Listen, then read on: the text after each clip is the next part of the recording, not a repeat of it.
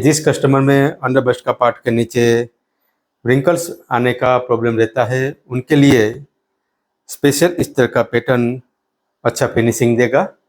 इसमें बॉन्ड पट्टी लगाने के बाद ये बेल्ट पार्ट कहीं से भी फोल्ड नहीं होता है, चाहे स्लीवलेस पहना हो चाहे स्लीव के साथ इसको वेयर किया हो।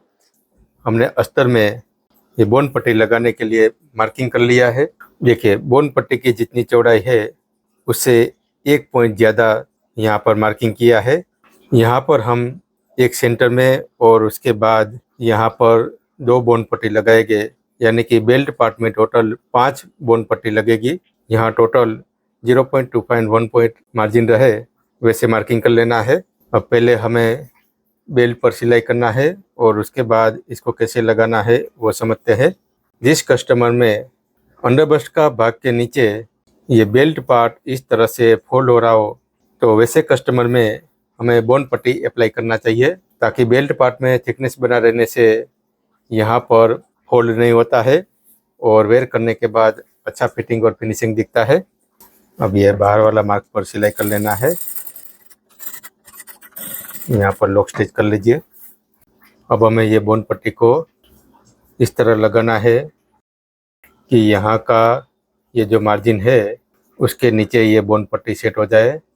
अगर हम अस्तर की तरफ ये बॉन्ड पट्टी को सेट करेंगे तो ये कभी ना कभी यहाँ से निकल सकता है और कस्टमर को वेयर करने के बाद यहाँ पर चुभ भी सकता है। इसलिए फ्रंट पार्ट की तरफ इसको सेट करना होता है और उसके ऊपर ये मार्जिन आ जाता है, और जिसके कारण कस्टमर जब इसको वेयर करेंगे तो यहाँ पर चुभेगा नहीं। इसलिए ये मार्जिन के नीचे बॉन्ड पट्टी को सेट करना होता है। अब देखिए, यहाँ पर पूरा ऊपर तक ये बॉन्ड पट्टी अटैच हो चुका है। तो इस तरह इसको रखें और हमें ये जो सिलाई मार्क है उससे 1 पॉइंट ऊपर की तरफ से ये बॉन्ड पट्टी को कटिंग करना होता है। देखिए, ये सिलाई मार्क है तो हमें उससे 1 पॉइंट ऊपर की तरफ से ये बॉन्ड पट्टी को कटिंग करना है। तो अब ये बॉन्ड पट्टी को यहाँ मार्जिन के नीचे सेट करते हुए हमने जो मार्क किया है वहाँ पर सिलाई कर लेना है। अब यहाँ पर लॉक स्टिच करके कंप्लीट करें। देखिए, इस तरह यहाँ पर हर जगह बॉन्ड पट्टी सेट हो चुका है। अब हमें यहाँ नीचे की तरफ सिलाई कर लेना है।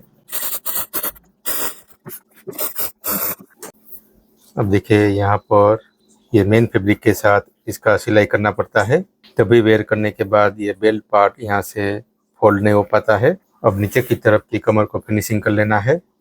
तो देखिए, इस तरह बेल्ट में ये फिनिशिंग होने के बाद अब ये बेल्ट यहाँ पर अपने आप ऐसे फोल्ड नहीं होगा।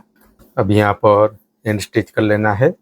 सबसे मेन हमें ये बेल्ट पार्ट के लिए समझना है, इसमें बॉन्ड पट्टी लगाने के बाद ये बेल्ट पार्ट कहीं से भी फोल्ड नहीं होता है, चाहे स्लीवलेस पहना हो चाहे स्लीव के साथ इसको वेयर किया हो।